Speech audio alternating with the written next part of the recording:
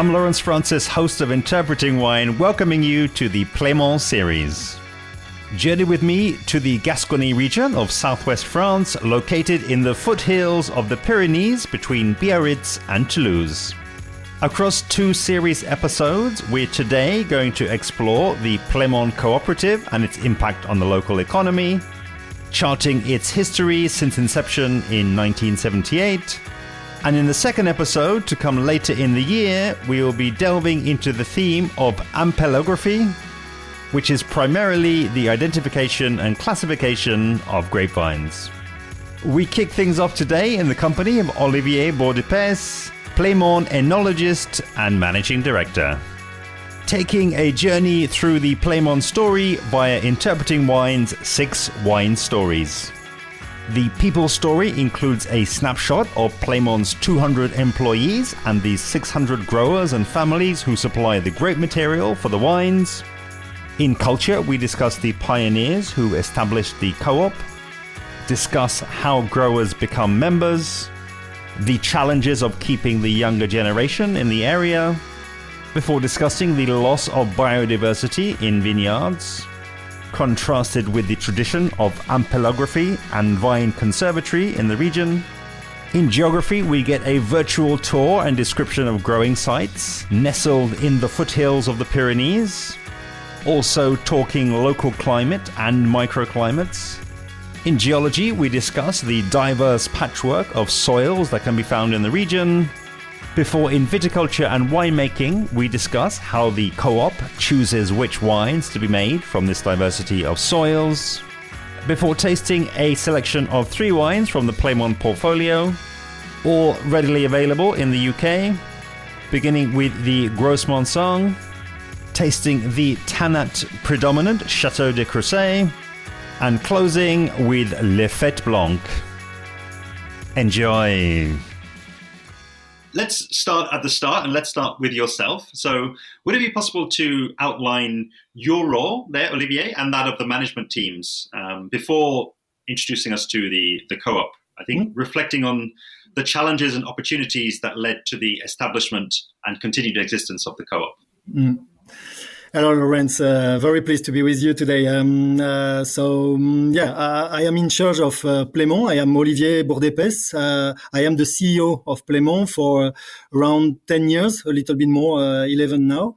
I used to be the technical director of Plaimont. And I joined this incredible co-op. It's a huge project for me because I was born in the Pyrenees, really close to there in Jurançon appellation, and always Plaimont has always been a little bit the leader of the cooperation in the southwest of France, and maybe more in the ambition of developing this small region there in the foothills of the Pyrenees and in the Gascony region. So really between the Atlantic Ocean and the western part of the Pyrenees.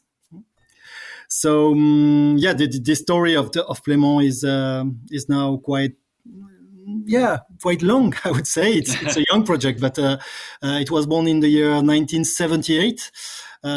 Maybe we were we used to make in the region the worst wines and the cheapest everywhere in France.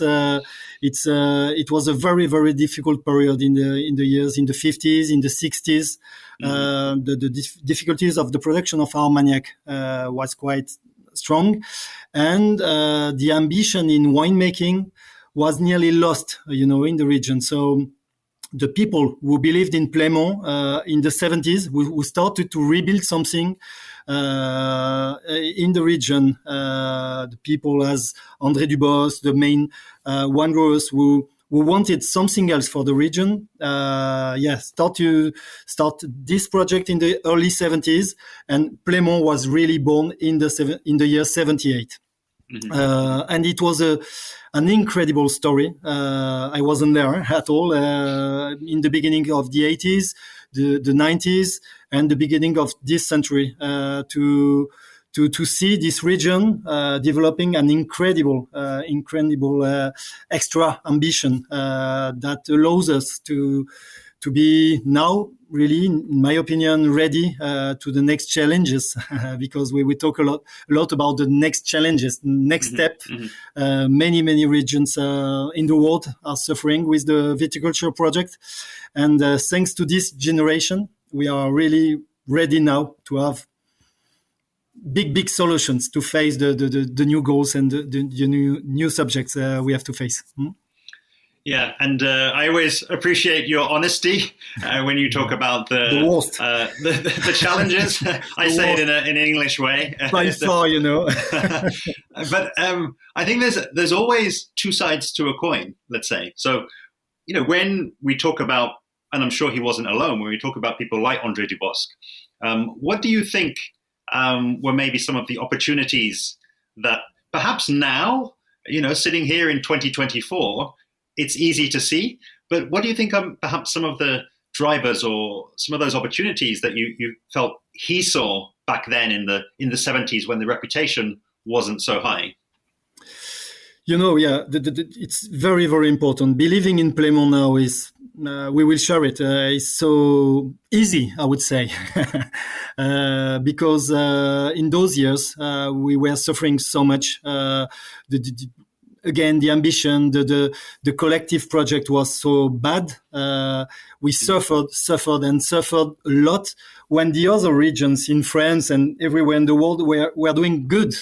And it was maybe a big luck to have this opportunity to build something together in this period. It was maybe an easier period in the wine industry, I would say, in the wine world.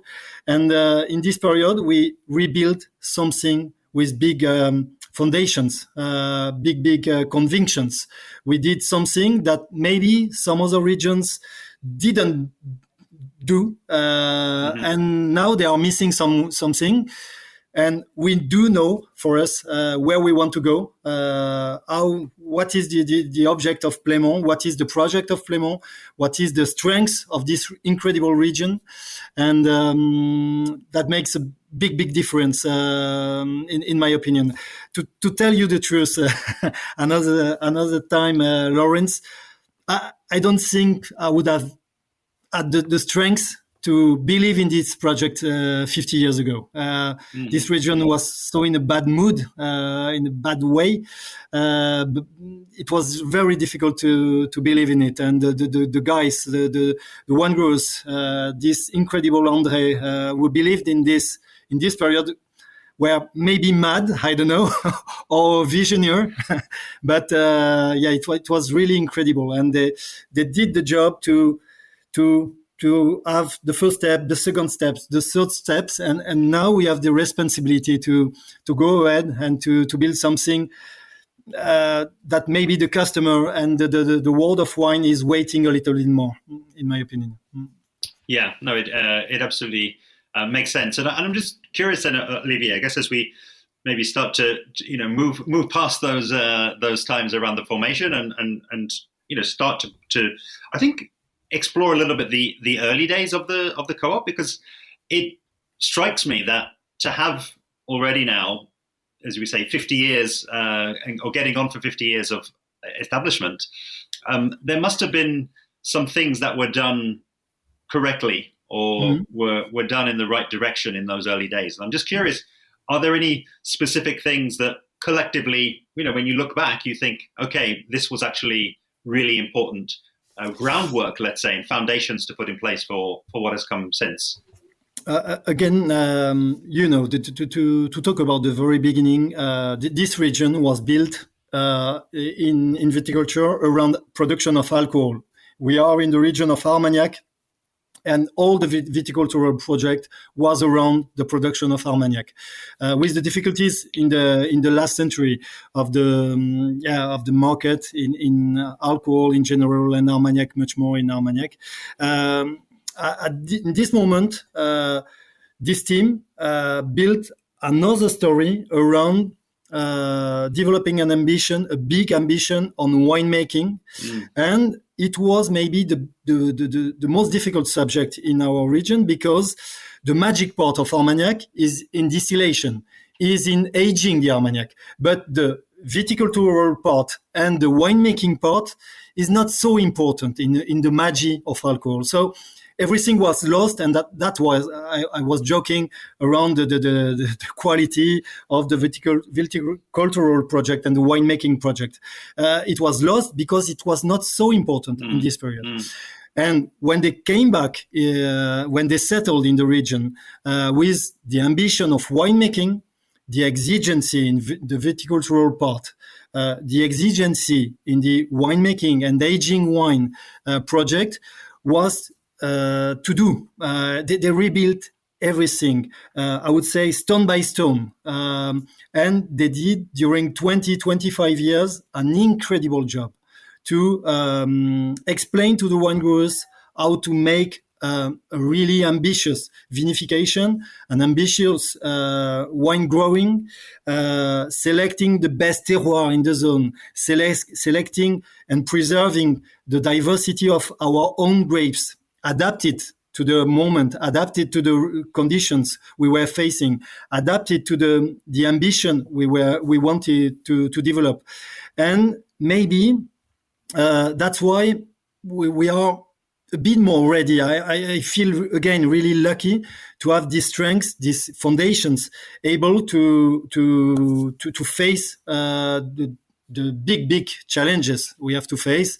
Climatic challenges, the adaptation on the waiting and the willings of the customer of this generation. We are ready because we built it in the last 50 years and really close to the evolution of the conditions we are living in. I love the story, really, because again, it seems as though always there's something to be kind of fighting against and to overcome. I guess that's where it started.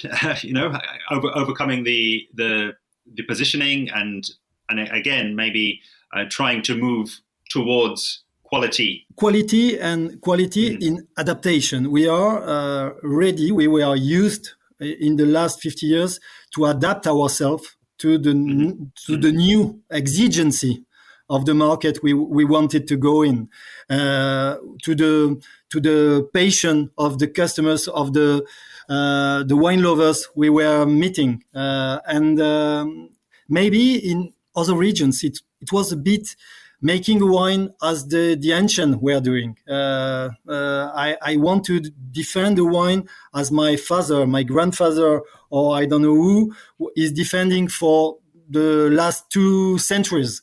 In our region, we are really ready for the adaptation, for listening to the region, the neighbors, the customers, the wine lovers. We are the willing of the people in the regions, because we had to listen to everything to build the new ambition of Plaimont. And it is very, very important for you to know that it's easy for us to adapt, because adaptation is in our strengths for 50 years.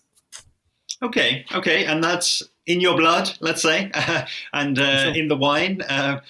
Let's bring things right up to date, Olivier, because again, I know, the changes and the evolution over time. That there will be, I'm sure, books written about what transpired through all of those years that we're talking about. And I'm sure, again, celebrate 50 years of the co-op, there'll be more stories coming out and more celebrations coming out. But for the purposes of today, let's bring things right up to date. I'd love for you to give me and to give the listener really a snapshot of the co-op today, covering all of the different growing areas, the numbers of growers, the locations. Just give us the balance sheet, I guess, as it is now, and give us a clear picture of what we say when we talk about the Plaimont co-op. Okay, Laurence. In a few figures, explaining Plaimont with figures is not easy, to be honest. But the big figures you have to know is it's quite an important project for Gascony, for our region. We are representing 25% of the production of the region, so quite a big project for the region. That means around 600 wine growers Behind the wine growers, you have the family of the wine growers, you have the employees of the wine growers, you have the employees of Plaimont. We are 200 people working in Plaimont now. And you see in a small region, as we are in Gers, in Gascony, that does represent around nearly 5 to 10% of the people in our small region living around the project of Plaimont. It's very, very, very important in a rural zone. It's a very, very important project for our territory, and it's our territory is giving everything to us, and we have to bring it back what it gives to us. So it's very and the energy of the territory and the energy of Plaimont is very, very close. It's very, very similar. Then in the big figures. So to tell you where we are first, we are between Biarritz and Toulouse. Maybe Biarritz in the Atlantic Ocean in the Pays Basque, and Toulouse, which is the capital of the southwest France. And we are pile in the middle, between those two cities. It's around 1 hour and a half, a little bit more than 1 hour and a half from Toulouse, and 1 hour and a half from Biarritz. What you have to know is the situation in the southern part of France. Maybe many people do think that the weather is sunny, always sunny and hot.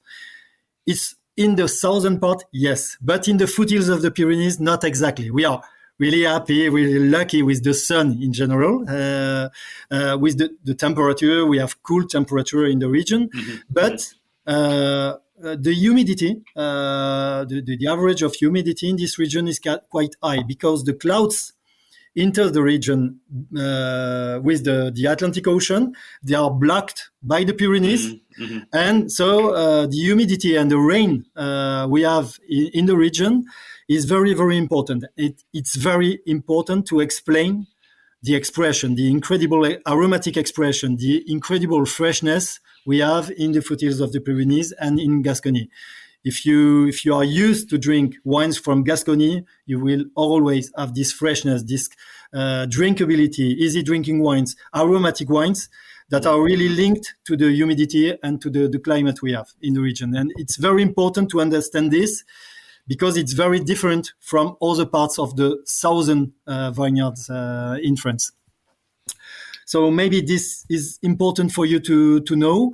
And then maybe the last thing important, as we were born quite late, I would say, in the 70s, maybe the French market was really was really for other big regions, big vineyards in France. So we had to make our project recognized everywhere in the world, and the foreign markets for us, and the first one is the UK market, is very, very important. By far, we are selling more wines outside of France than in France. And this is very, very important to know. We had to find the solutions to show our big convictions around our own grapes, own climate, own appellations, small appellations in general, to be ready to explain them to the foreign market. It also has come out in our pre-work as well, Olivier, around how families and how growers can become members of the cooperative. And I think actually linked to what you've just said there, it would actually make sense to explain a little bit about the rules of becoming a member. So a co-op, Lawrence, I know you are easy with it, but it's important to share. A co-op is a particular form of society where the members, the growers, are giving to the co-op their grapes. They are producing the grapes. They are managing the maturity of the grapes with the team of the co-op. And then they bring all the production. 100% of their vineyard is going to the co-op. And then we are making the wine, we are selling the wine, and we make benefits with that. And all the benefits come back to the wine growers. That makes it's a specific company where you don't have any big benefit for the company. Everything is for the territory, is for the members. So we don't have taxes on the societies in the co-op because you don't have any benefits. Never. The taxes is in the wine grower. The wine grower, if the co-op is doing well, if they are paying the grape with the good price, they are making money, earning money, and then they will pay the tax to the French country. But the co-op itself doesn't have any taxes because it is not allowed to make benefits in a co-op. So that the way we are managing the co-op. And then the wine growers have to enter the co-op for 5 years. Each 5 years, if they are not happy with the results of the co-op, they can go away. They can quit. They can say, okay, I will try my own project. I will join another co-op, I don't know. But I'm not happy with Plaimont. But only each 5 years. They have to give the fidelity during 5 years, and after 5 years they do what they want. Yeah, so it's as you say, as the name itself suggests, it is a cooperation. It is a collective approach. Yeah. Much more because in the fact the first wine growers who decided to create Plaimont. 99% of the wine growers are still inside Plaimont after 50 years. So there is a possibility to quit Plaimont. But in the facts, nobody does it because it's again, they develop their willings, their convictions together. So they stay together. And I do think for again 99% of the people, it's better to be together, easier to be together, to fight in this incredible world than themselves in a small country. You know, in our countryside, it's difficult to do all the job by yourself. So the team is easier. Yeah, absolutely. It does actually also remind me, though, Olivier, I do. When speaking with other regions, let's say, other agricultural regions, especially ones, as you say there, you know, you've got Toulouse, you've got Biarritz, and you've got other cities maybe that could be an attraction to, let's say, perhaps younger generations as they're coming through. Do you feel as though there's still that continuity even across generation, which again, as I say, some regions, they struggle to keep their young people there? No, big challenge. That's why Plaimont is not only a project around wine growing and wine making. It's a project to make a territory able to be alive.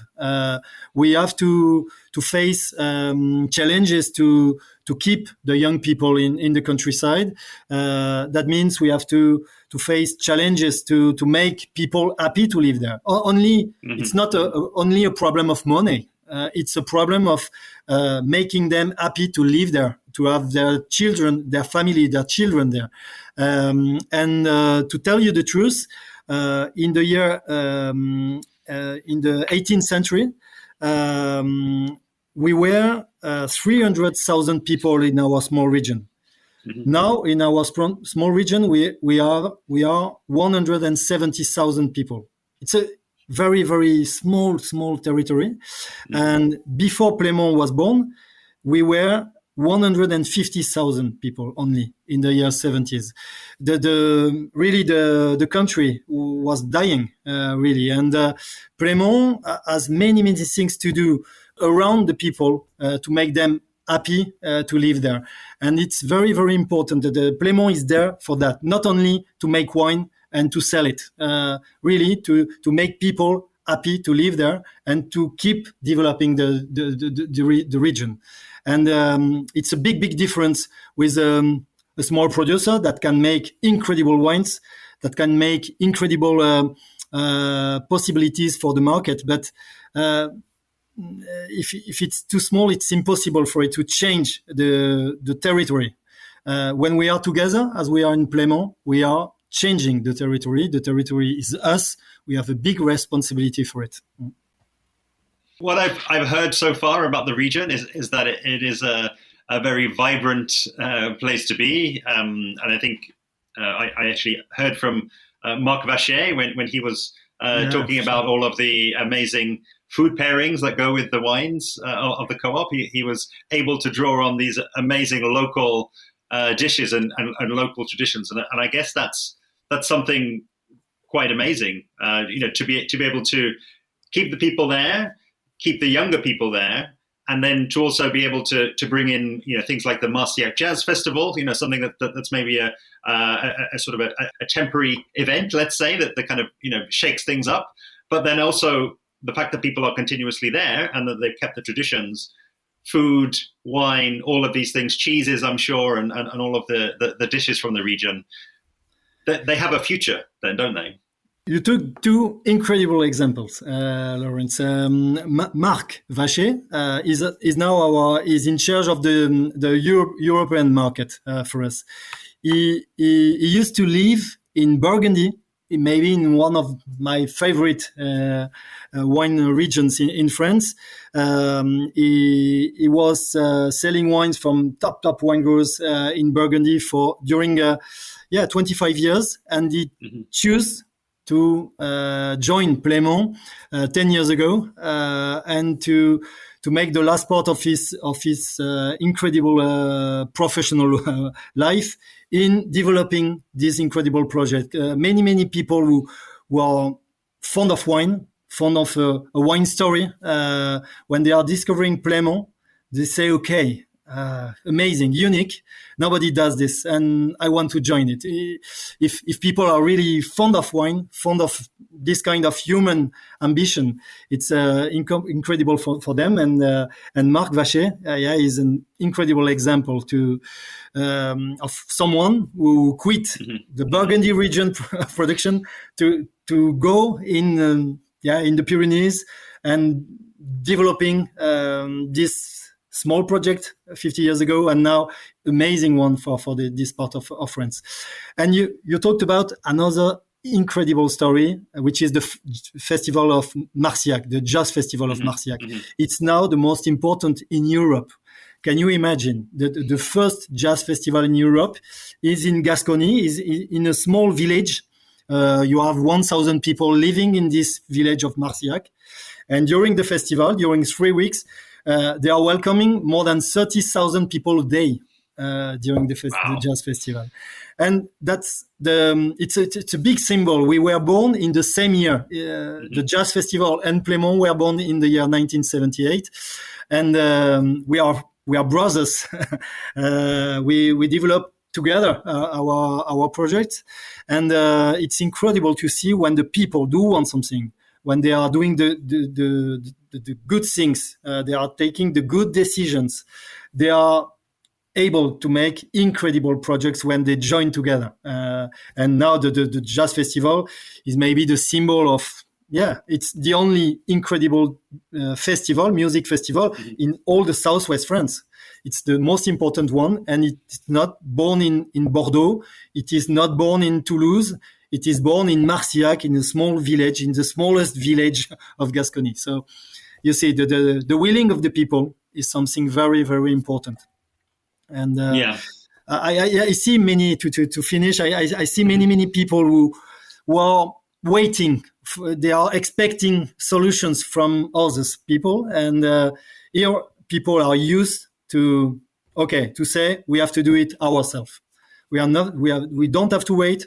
Let's do it. I love it. And as always happens, when we're in tune and you're really in flow, I would say, I think this is a perfect time to really almost change gears.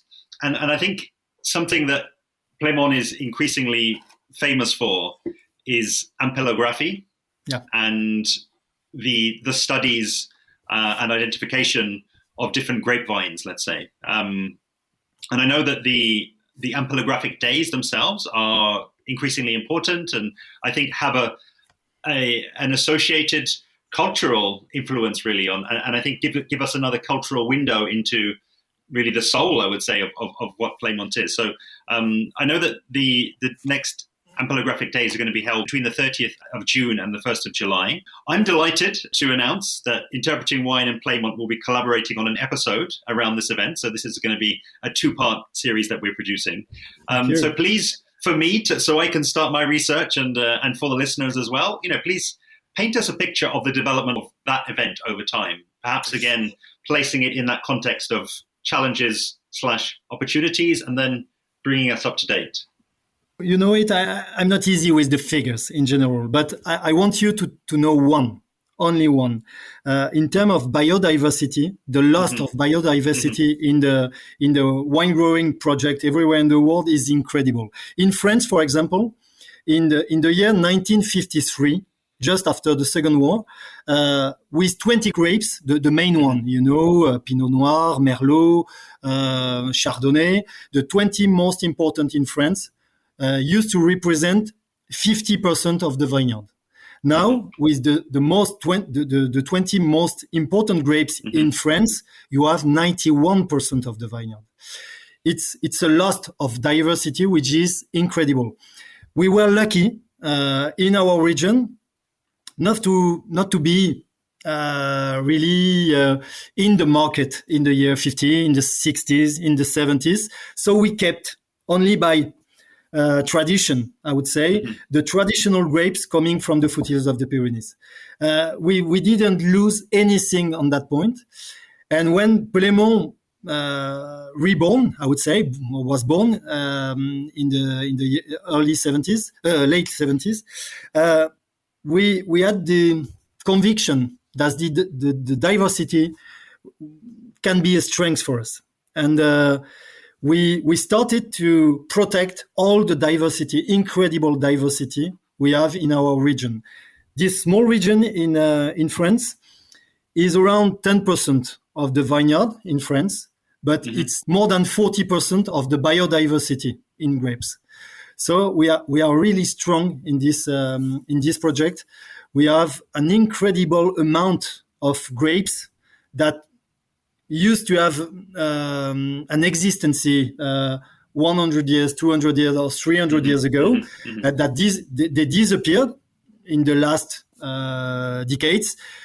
We were lucky to find maybe 1 plant, 2 plants of those disappeared grapes, and we created an incredible conservatory, the most important conservatory in France, that is now not only a museum, Lawrence. Important for you to know that it's not only a museum, it's maybe the beginning of the story of the Plaimont of tomorrow.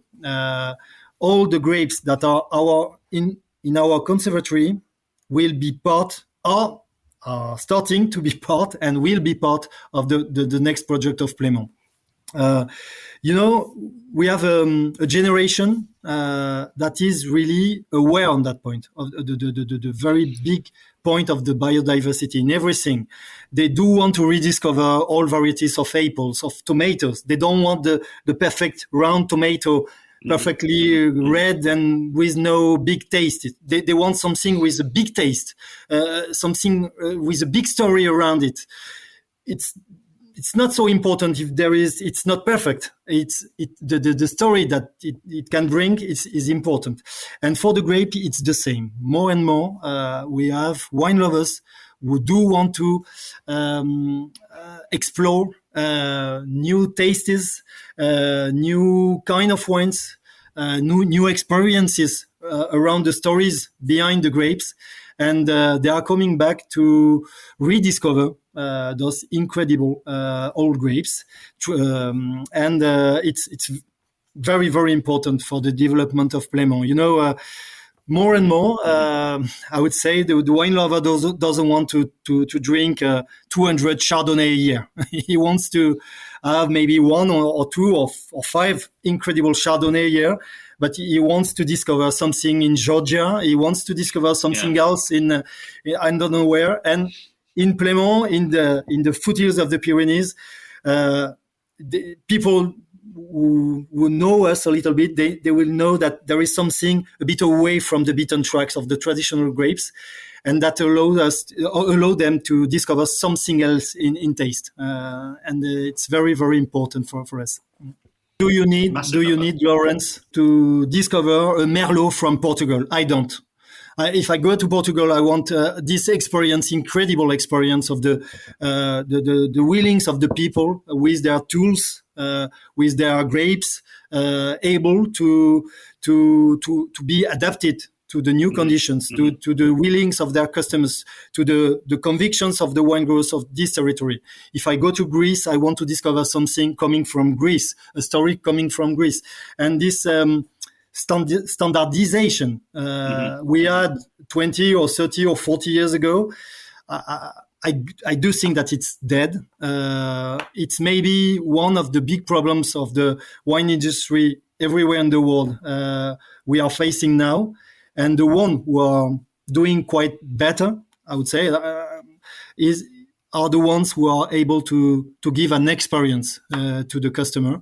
And many times the grape is part of this experience. And we are lucky to have those incredible ones. In the conservatory, we have 39 disappeared grapes. And all those ones, the ancient were not bad. If they stopped with those grapes, there were reasons. But there were reasons in one moment.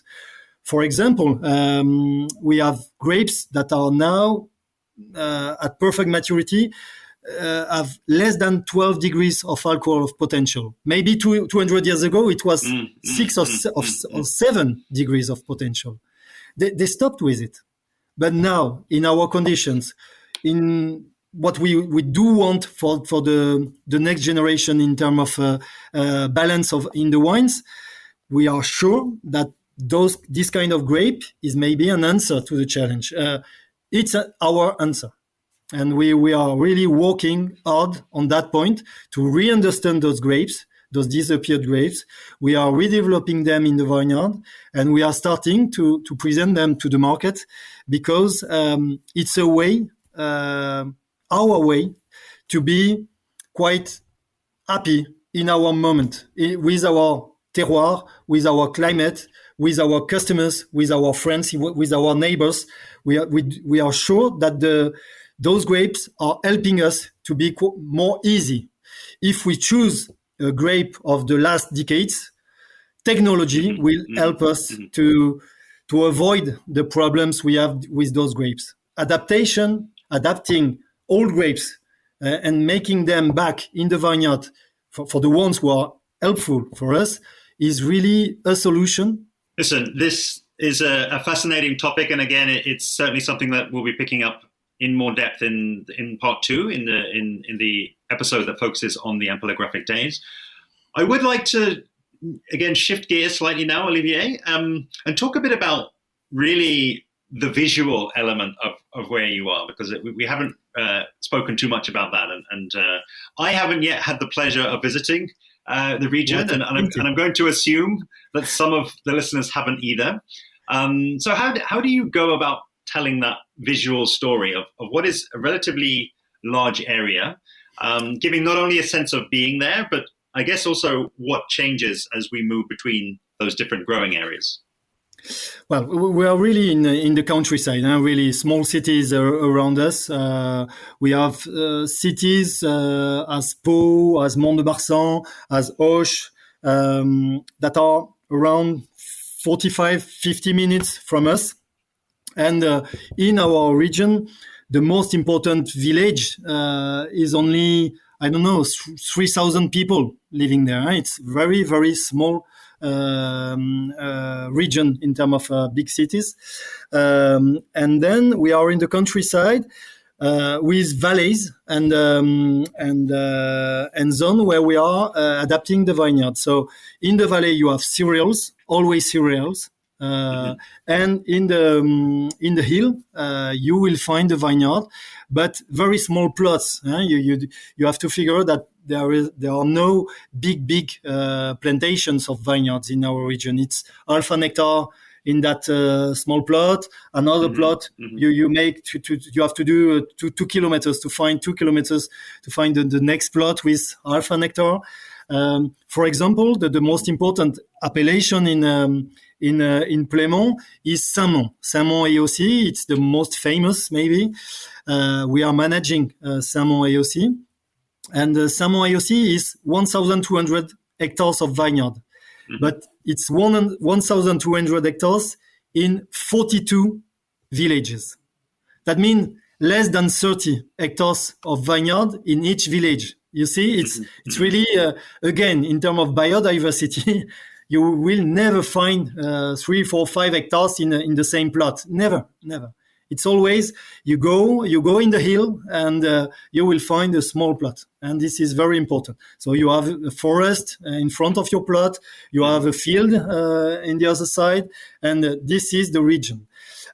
We are not so high in altitude, around 300 to 250 to 350 meters high, but it's big slopes, and it's really slopes, valleys like this. And we are around, we are the real big part of the Pyrenees is 40, 50 minutes from Plaimont. So it's really the foothill, the classical, typical region of a foothill, and in the foothills of the Pyrenees. So it's, in general, the weather is quite froggy in the morning. That's why we are so close with English people, maybe. And then quite sunny in general, but cool climate in our region. It's never hot. Maybe in August you have, I would say, 5 to 10 nights with more than 22, 25 degrees, but it's 10 nights a year. In general, the temperature is really going down during the night in the region. Even in August, even in July, you don't have to forget your sweatshirt, Amazing. And again, I'm obviously a numbers influenced person as well. So that what you've said there around the sort of 40 villages with 30 hectares, but then even those plots being so separated as well, so kind of split up and having spaces between them. So two key things come up for me then there as well, Olivier. One is actually cultural biodiversity, because I would imagine that setting actually encourages a lot of collaboration between growers, for them to share information and share resources, presumably as well. But then where the other word that's coming up for me as well is actually microclimates, because again, presumably with even those relatively small variations of height, when you've got something like a forest, when you've got maybe a lake, or you've got another source, could you say something around, I guess, really more the second of those, around the microclimates that we discovered and we would see traveling around there? Again, this is very, very important to talk about microclimates, because we are really lucky to be in the hill. And in the hill, the thing is really, it's much easier to adapt if you are in a hill than if you are in a valley. The wine growers don't agree always, because it's walking in the slopes is not easy, but adaptation to the new condition, to the new climatic condition, it's easier. We used to settle the vineyards in a southern exposition, pure southern exposition, to get the perfect maturity that we were missing 50 years ago. But more and more, if you adapt the grape and you adapt the exposition to the new challenges, for example, the year 22 was really hot in the region, much than usually. But if you are adapting in the hill with western exposition, or maybe tomorrow northern expositions, it's much easier to be, again, happy with your moment. When you don't have this, many vineyards in France are in the valley, they have not this possibility to adapt themselves to the microclimate, to the exposition. So it's again another solution we have in the countryside, in the foothills, to face the next challenges, and it's very, very important to understand this. If we are talking about our situation, For the moment, the average is, this year it was huge. And the quantity of rain we had in the year 2024 is just incredible. But the average of water we have is around 1,200 millimeters of water. If you go in the close to Toulouse, it's 600. It's half quantity of water. If you go 1 hour and 50 minutes or 30 minutes far from us. So you see the importance of the humidity, of the freshness of this foothill is very, very incredible. And that allows us, even if the temperature is highering a little bit, to not to suffer too much with the climatic evolution many regions have to face for the moment. So no need to irrigate in our region. 200 millimeters, no need at all, please. No need of we don't have grapes burnt by the sun. We don't have these big damages that many wine growers have to face. So we are lucky, really. This many foothills in the world. You know the foothill from Italy. We have other foothills in Jura or in Savoie, in France, that are really maybe one of the regions of the future, because this fresh, cool climate we have in those regions is really a big answer to the changes we are facing. So interesting. And I would love to, and I know that I have a lot of my listeners are really soil geeks, let's say. So as we've there explored and spoken about the territory, let's say, above, I would also just invite you to talk a little bit to the geology, really, because my understanding is that you actually do have, again, a similarly diverse, a similarly complementary, let's say, patchwork of soils that are able to give you many different expressions and satisfy many different grapes across that same territory. To simplify a little bit, because we have many of them, but we have two big categories. We have the pure terroir coming from the Pyrenees. They are, in general, clay, chalky clay in general, but clay always. And sometimes you have a little bit of pebbles on it coming from the big rivers that came years ago, centuries ago, or millenniaries ago, from the Pyrenees. So, in general, clay with much or less pebbles, big pebbles in the soil.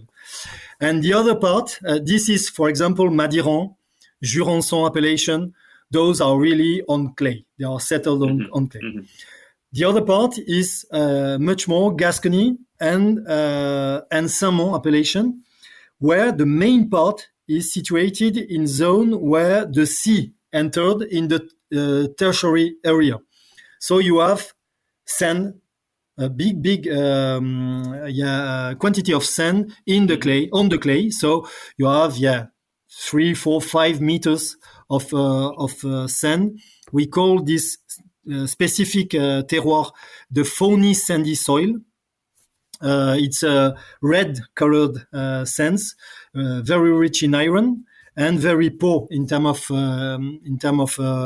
organic material. It's poor, really poor, and this region is very famous to be the region of the Bas Armagnac. Maybe if you have heard about the Bas Armagnac, you have the whole appellation of Armagnac, and the Bas Armagnac, which is maybe the most famous Armagnac, is really settled on the phony sandy soil. And the phony sandy soil is the most famous zone for Saint-Mont AOC too. And very fascinating for the Gascony production, because that makes wines with more elegancy, more easy drinking wines in the phony sandy soil than in the clay in general, in the average. So the clay are making maybe stronger wines with a big potential of aging, huge wines in white and reds for aging, and in the phony sandy soil, more elegancy, verticality in the wines, less strength, less maybe impressive when they are young, but always more balance in this quality of soils. And Olivier, we're going to be tasting 3 wines. Oh, yeah. But just really listening to you talking there, I'm going to ask you what I think might be a very difficult question. And it's not intending to be difficult, but it seems so. When you look at the area, when you look at the number of people, when you look at the number of grapes, this just seems like there's a huge number of variables, a huge number of decisions that need to be made. That's before we even think about marketing and we think about communication.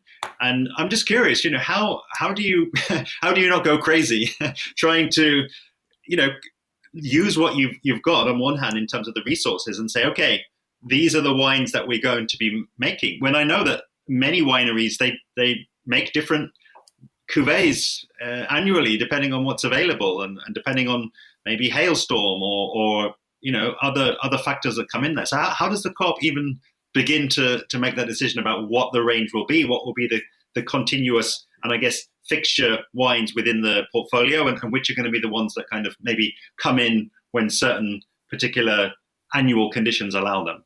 We did one big choice. Is not choosing. Is not choosing to be one thing. Again, diversity is very important. We are not a winery. We are not a brand. We are not one project. We are the diversity of the willings of the people who are living there.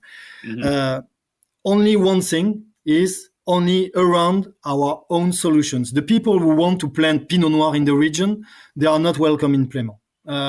Because we don't think we can bring something very, very interesting in the big, incredible history of that grape. We don't know what we are really able to bring. So we say, okay, if you are a wine grower and you want to plant Pinot Noir, please do it. But in Plaimont, we won't be easy with that.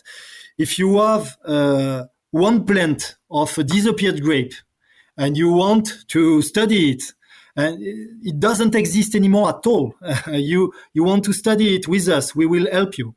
You want to really replant it, we will help you. We want to make a specific cuvée around it, we will help you.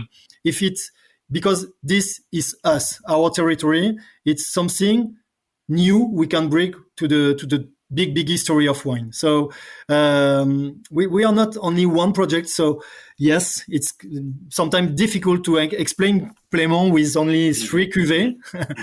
We choose, Lawrence, 3 of them to tell a little bit of them about them. But Plaimont is difficult to explain only with one wine. But the willing of working on classical grapes, traditional grapes, indigenous grapes, and working with the people who don't want technology. We don't want anything in technology. We don't use desalcoholization. We don't use acidification. We want to be ourselves with the big strengths we have, with the difficulties sometimes we have, but we want to share this with the customer who is really fond of discovering something else. I think it's been too long now that we've been talking, Olivier, until we haven't tried any of the wines from Plaimont. So again, as I mentioned earlier, you've selected 3 wines for us to taste together today. And I believe that across these 3, it's going to really bring together so much of what we've really just spoken about there in terms of the way that the wines, they're chosen in this very unique way to represent the region, and I think really to serve the people and to serve the region in its kind of purest sense. So really, please give us an overview of the 3 wines, and then let's go through them in the order that you think they'll show best. Okay, Lawrence. I would like to talk about the whole story of Plaimont in 3 wines, and the first one will be a disappeared grape. Completely disappeared for the real wine lovers. I would say it's always something very very, very incredible to rediscover a grape. And so we will start with the Manseng Noir. The Manseng Noir is a grape completely disappeared. We are the only one to have the Manseng Noir in the vineyard. We found one plant of Manseng Noir in the year 2001. In the middle of a plot of Tannat, we found that plant. It was a bit different, and the quantity of sugar in the grape, it looks very similar to the other plants of Tannat, but that plant was a bit different because the quantity of sugar was much lower than the others. So first, we called it Tannat with a low level of alcohol. We thought it was a Tannat in a plot of Tannat, very ancient one. So during 10 years, we studied that grape, thinking it was a Tannat. And in the year 2008, I entered Plaimont, and my first job in Plaimont was to make a DNA analysis of the conservatory. And the conservatory, I started to study that Tannat with low level of alcohol. And someone told me, okay, it's beautiful. It's a low level of alcohol grape, but it's not Tannat at all. It's another grape, disappeared. And the name is Manseng Noir. Manseng Noir, we have Gros Manseng, Petit Manseng in the region. They are white grapes. Mm-hmm. And Manseng Noir is the only grape named Manseng in the family. It's not genetically linked, really, because Manseng Noir is really linked to Tannat. But that means Manseng is always a grape that, in the quality term, was used to be judged as a good one, quite a good one. So Manseng Noir, we studied that one. We decided to vinify that one in the conservatory with 40 plants coming from that unique plant founded in the vineyard, and the wine was crazy, really. With a big drinkability. The level of alcohol was lower, around 11 of alcohol, less tannins than in the classical Tannat, and very aromatic. You will find it. So we decided to replant the Manseng Noir. We replanted half an hectare, then 2 hectares, 10, and now we have 49 hectares of Manseng Noir planted. Plaimont is the only owner of Manseng Noir in the world, as far as I know for the moment. And when you are a wine lover and you want to discover something very, very different from the classical wines, French wines, Manseng Noir is the one. You are tasting it, Lawrence. You see this incredible color first. Mm-hmm. As a Tannat, I would say it's nearly black in the first, when you see the color. But you see the easy drinking, the freshness, the aromatic expression, the blackberry and a little bit of, I would say, pepper, white pepper expression you have in the nose. And there is no tannins at all. That makes it's really easy, really, really easy. So I suggest you to discover that kind of wine, not too hot in the glass, maybe 14 degrees, never more. It's much better, in my opinion, because the big interest is the drinkability, this aperitif expression of the grapes of the region. Yeah, it's again really everything that you've just said there. It's super drinkable, super expressive, and I think as well it demonstrates very practically the story that you've really been telling all along, which is that if a grape is disappearing in the past, it was for good reasons, and that actually nowadays this seems to be so on trend that you think back and you think, wow, how could this ever have gone out of fashion, or how could this ever have been lost in the middle of a field of Tannat? But I don't know. I think two things from the story are really standing out to me. One is that it was even spotted in the first place. How was it even discovered and not just gone in with the rest of the blend? The guy who discovered that grape, his name Jean-Paul Houbard. He was a technician in the team of Plaimont, and his passion was to go in the whole plots to see the diversity of those whole plots. And Yeah, he discovered it's really luck, nearly luck. Well, big job, huh? But he discovered that plant. He thought it was a tannat, but he thought incredible to see the potential of alcohol, the potential of sugar in the grape is much lower. So let's check. Let's protect that plant in the conservatory, and let's see. Maybe it will be for a museum to see that what I think is a tannat can have a big diversity inside the family of tannat. And then 20 years after, we know now that it's not a tannat and it's a different grape. But the people were looking for something they were not. They didn't know exactly what they were looking. They wanted to keep every potential. They want to keep everything. They didn't want to lose anything more. The loss of biodiversity in the 50s, in the 60s, in the 70s, everywhere in the world was incredible, huge. It's terrific. I don't know if you know it. You have in the most important conservatory in France, which is close to Montpellier. We have the most important conservatory of the country, and it's the most important in the world. We have 2,200 grapes preserved in this conservatory, found everywhere in the world. And again, I'm coming back with we know now in this conservatory 2,200 different grapes. And in France, with 20 of them, we have 91% of the vineyard. It's mad. 1% of the grapes we know are used really to face the big challenges in deconsumption, in climatic changes. We only use 1% of the potential of the solution. It's mad. We are mad.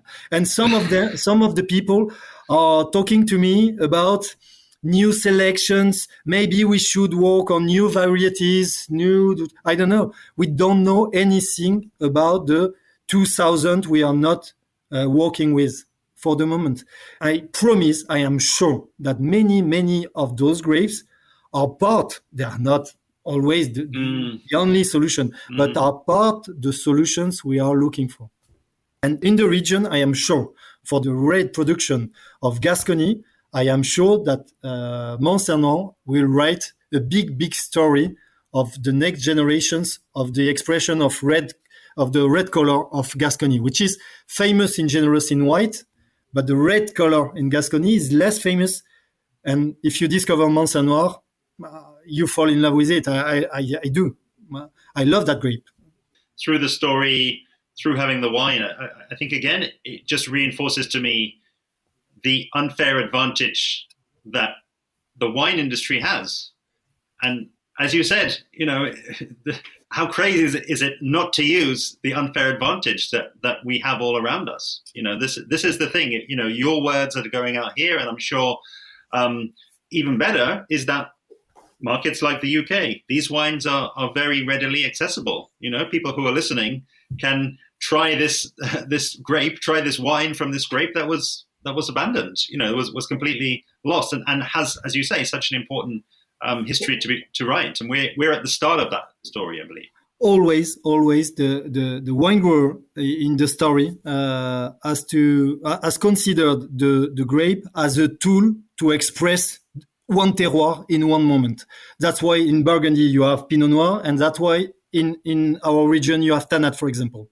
Because in those moments, the grape was not a brand, it was a tool to express a terroir in one moment in one climate, and now many wine growers are using the grape as a brand, maybe, and they don't care if it's or not really adapted to the conditions we are facing now, and then they are bringing problems.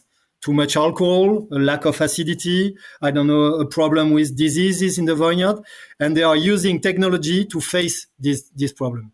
No, you have to keep the adaptation, the classical adaptation, and to put the best tools in your moment, in your terroir, in your convictions, in one place. And I'm pretty sure Manseng is really an incredible tool from the climate and the willings of the wine growers in Gascony. Okay, let's change gears then. So from Manseng to, as we said, where it was co-planted in a field of Tannat. For sure. So I believe now we've got a Tannat-centered wine here. For sure, discuss. because we always talk about the new ancient grapes, but the most incredible, the grape of the moment in our region, the top potential in our region is still Tannat. Tannat is the grape adapted to this classic expression of terroir, in general in clay, with big slopes. You need a big ability to get the maturity in southern or eastern expositions for Tannat in the hill. And you make incredible classic wines able to age, but not so difficult. I wanted to share with you a young one. It's the year 2019, which is the one we are launching now. We are selling now. It's a Tannat with a perfect maturity. We are here in the Château de Crouseilles. It's a small selection of 15 hectares of vineyard around the Château of Crouseilles. It's incredible terroir with clay, a concentration of clay, which is really unique around the chateau. A classical way of winemaking, I would say, because you will have an extraction of 3 weeks, 4 weeks in the tank. Then you make the malolactic fermentation and the aging in barrels during 1 year, 1/3 of new barrels. And after this aging, at least 2 years of bottles to wait in our cellars before the launching of the cuvée. And now, I do think that the year 2019 is really ready. You will see the concentration in blackberries. A little bit of wood is supporting the expression of the nose and the strength, but it's not powerful. It's the big energy, a big concentration for the table. It's much more a wine for the table. Maybe Manseng is a wine for the aperitif. Château de Crouseilles and Madiran is a wine for the table, but quite easy to match. It's not so difficult at the end. This perfect tannic skeleton is quite easy to match with a lot of food. What do you think, Lawrence? I love it. And just to say as well, Olivier, this is Tannat and Cabernet Sauvignon. I understand this is so it's a small amount of Cabernet Sauvignon. Yeah, the Cabernet Sauvignon at the end is only used to balance a little bit the alcohol of Tannat. The alcohol of Tannat can reach around 14 degrees in our region now. So we use sometimes a little bit more or less of Cabernet Sauvignon, but never more than 10% in that blend. Yeah. So that's why you will find it a little bit. I love this. I think this is, as you say, very different from the Manseng Noir. I would say, from my experience, it's getting more into a more classical expression, I would say, and whether it's my own experience with Tannat or with Cabernet Sauvignon, or maybe with both, it's feeling that much more familiar, I would say. But I completely agree. I mean, I think the location, the grape, the age here as well. I think all of these three things are coming together to just put this into its perfect moment. It's not overly tannic. You know, sometimes people they've had that expression of Tannat that's maybe slightly tannic in the past or overly tannic in the past. This does not have that at all. It's so rounded, and it's almost as though all of those tannins have melted and melded and blended together, and it's just I would say it's lip smacking. Actually, I'm literally wanting to have another sip. It's not in any way overbearing, but again, as you say, this would be certainly for me more of a food wine, more of an evening wine potentially than with the Manseng noir. For the top moments of your life, it's difficult to replace the Tannat when you're looking a top wine coming from our region. Tannat is something really, really unique, and we are more and more working the Tannat without extracting too much. It's nearly a small infusion of the grape in the wine, and we keep that during 3 weeks, 4 weeks, but without extracting in the skin, and that makes the big difference. That's why elegancy of the classical expression of the Tannat we lost a little bit during 10 years in the 80s. It was, more was always better, and now we know that the eloquency come with the balance and infusion of Tannat as we are in front there is much better for the strength, for the complexity, for the natural strengths, I would say, and for the potential of aging. It doesn't change anything at the end, and you enter another world for the Tannat in the second life. That is much easier in the aromatic expression of the truffle, the black truffle. You will see it much easier developing in the glass because the tannic strength is not everywhere. You see the elegance is there, so the complexity, the aromatic complexity can enter your glass. And I'm always fascinated when the guest decides, let's say, to chooses to taste a white wine after the reds, because again, I love breaking the stereotypes, and but when it's done with intention as well. So Le Faite Blanc is going to be the last of the wines that we try here. So yeah, maybe again, just talk us into how this came together, and why are we having this after our Tannat and our Manseng noir. Again, as a classical customer, we make too often the mistake to think that a wine for the aperitif is always a white. You saw it in the Manseng noir, as it's incredible to drink a very gentle, easy drinking wine in red to be an incredible aperitif, and to finish in an incredible digest expression of wine, a tasting or a meal. White is something very, very incredible. So I do prefer to start with the reds and the white, so we can finish with the white and this incredible expression in a white. So Le Faite, you don't see it. Everyone doesn't see it, but the Le Faite is a bit specific for us in our range, because it's Le Faite in French means the top part of the range. Le Faite is the top part of a house, and Le Faite is the top part of our range. Le Faite, Faite. And Le Faite, the label of Le Faite is a wooden label. That is not a marketing invention, I would say. It's the tradition of the zone, because years ago, when we wanted to keep a wine, we didn't have the knowledge to age in a cellar the cuvée. We didn't have the knowledge to bottle it in a perfect way. So the only way we found it was distillation. If we want to keep a wine, we used to distillate a wine. Here in the region, there was a very, very small tradition to put some wines in bottles, and for an event, example, for a birth of a child, we bought to the wine grower some small bottles, and directly we used to make a hole in the soil, and we put the bottles directly in the earth. And to know what was in the bottle, we had to use iron labels or wooden labels and not paper labels. So the tradition was like this. And for example, for for the marriage of that child after 15 or 20 years.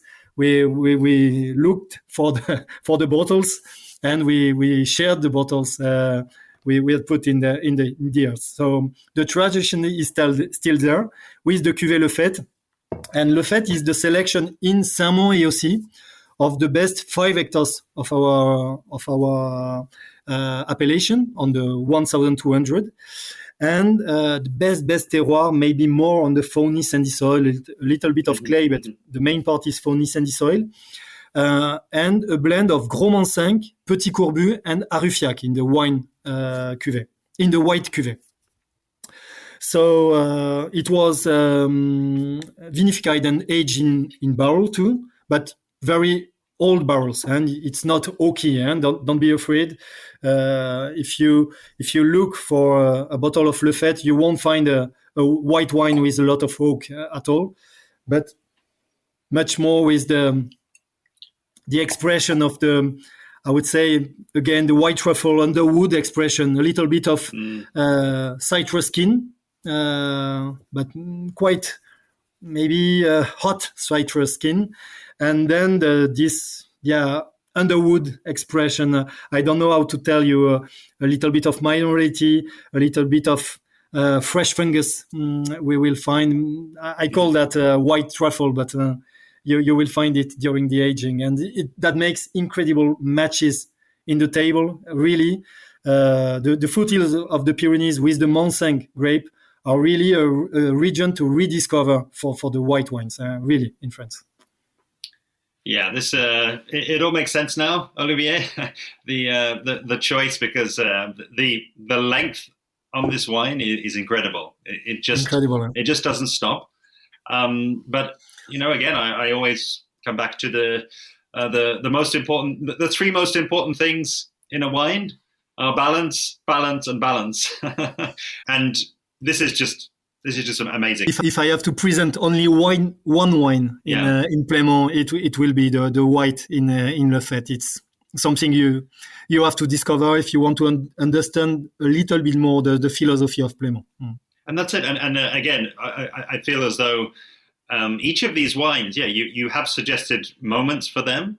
And it's not to say that, for me, food and wine matching is, I have a bit of a love-hate affair with it, I must admit. But I am always drawn to wines that work by themselves as with food. I just feel as though, should I be waiting for a specific course of the meal and then I can have this wine? And surely I'm limiting my drinking window there. And even as a producer, surely you're making it more difficult for yourself, because you're not only selling the wine, you're also selling the course and the moment and maybe a unique glass. And that's just to say that here, I think each wine, again, could go with a moment, as we've, I think, really bonded on, and we've kind of spoken about as we've maybe, moved through different complexities of meal or different stages of the meal.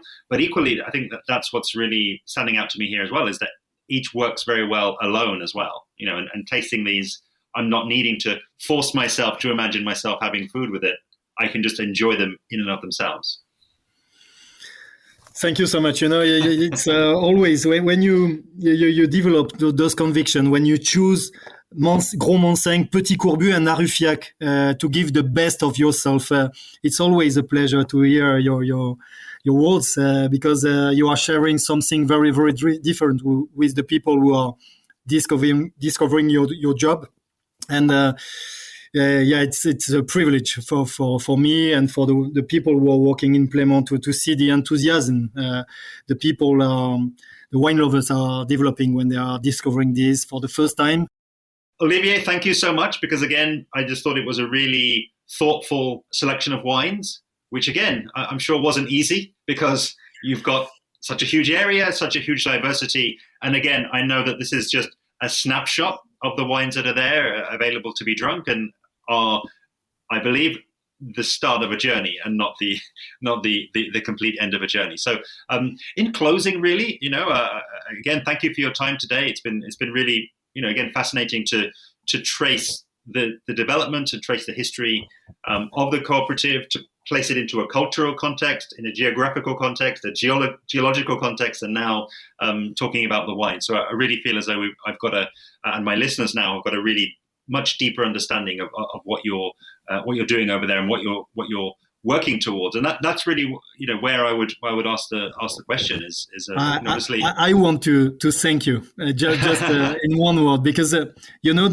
when you are facing a wine grower with big convictions, with strengths for sure, but the way we see the wine, we see our future is very, very specific, and your time and the moment we are sharing there is very, very important, because if we are doing ourselves in our small country things that are, if they are incredible, nobody cares and nobody is able to bring a little bit what we are trying to do. It's unuseful, and we will die on our conviction. So thanks a lot to give me the opportunity to share this moment. It's always a privilege to listen to you, to your experience of what you see everywhere in the world, everywhere with the different willings of the wine growers, and to support them. The best wine growers now need to be supported everywhere in the world, and it's always a pleasure to have this moment with you. I am sure that many wine growers will die or will disappear with some solutions, but they didn't find a way to explain them, and they didn't find a way to have people to support them in their conviction. So what you are doing for us and what you are doing is very, very important for all the wine growers everywhere in the world. Thank you so much. Thank you.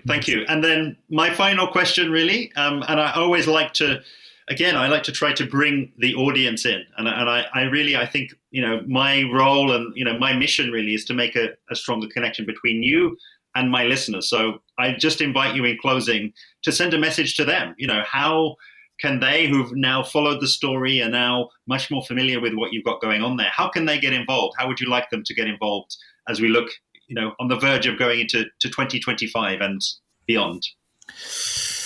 Well, I want to tell them maybe two things. Maybe first to keep being curious, keep being able to discover something more. The world of wine in the next years will be incredibly interesting. The world is changing. All the wine growers are facing challenges, and all of them are finding new solutions to be more adapted, to be more happy in their project. And I am pretty sure that the years we are going to share will be incredibly rich in terms of diversity of wines, diversity of ambitions, diversity of ways. And I am really, I do want to finish with a very positive word with this way of seeing the future of the wine, and it's very, very important. And the second one is to check, the small something, the small default of the wine growers, if that they are patient, may they say a bit more than they are really doing. So please go and have a look on the wine growers. You have to go to them. You have to go and visit them. And for sure, I would like to finish to welcome you. Please come and visit us. Please come and check what we talked about today. We have many, many things to make you discover. Very old plots, very incredible plots, pre-phylloxeric ones. We are able to make you discover the reality of the diversity of our grapes. We are really impatient to make you discover here in the region the incredible potential of this territory. So we have one person who is able to welcome you in Plaimont. So just have a small phone call, and we will be pleased to make you discover this universe and this incredible territory in the southern part of France. So you are at home, you know us. So welcome in Plaimont as soon as possible. A huge thanks to today's guest, Olivier Bourdet-Pees, Plaimont Oenologist and Managing Director. Make sure you visit plaimont.com/en, the link is below, where you can learn more about the Plaimont Cooperative and find their main social media handles. And in a bonus release around this episode, the spirit of innovation is alive and well, and Plaimont are the first series guests ever to produce a companion Cellar Soundbites PDF. This is an innovative solution developed by Interpreting Wine to foster connections between the growers and the wine trade. You can access the document at interpretingwine.com/CSPL, the link is below, and it contains an audio summary of the key wines within the Plaimont portfolio. Especially useful if you're working with Plaimont wines in the on or off trade. As I mentioned at the start, this is the first episode of a two-part series. Part 2, coming later in the year, will center on the upcoming ampelographic days, delving even deeper into the project that Olivier mentioned in this episode. So please keep in touch and let me know which parts of the ampelographic story would be most useful for me to cover, especially if you are a Master of Wine student or know someone who is. And as ever, make sure you're subscribed to be alerted when that episode goes live. See you soon.